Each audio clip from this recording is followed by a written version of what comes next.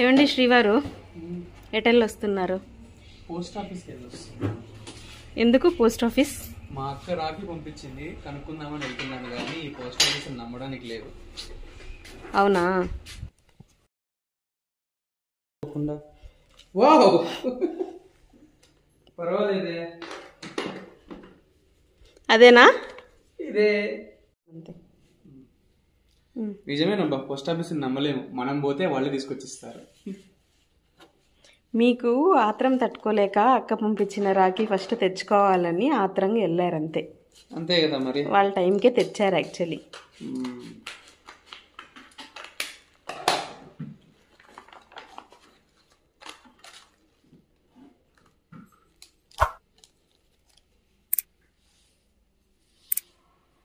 Nice.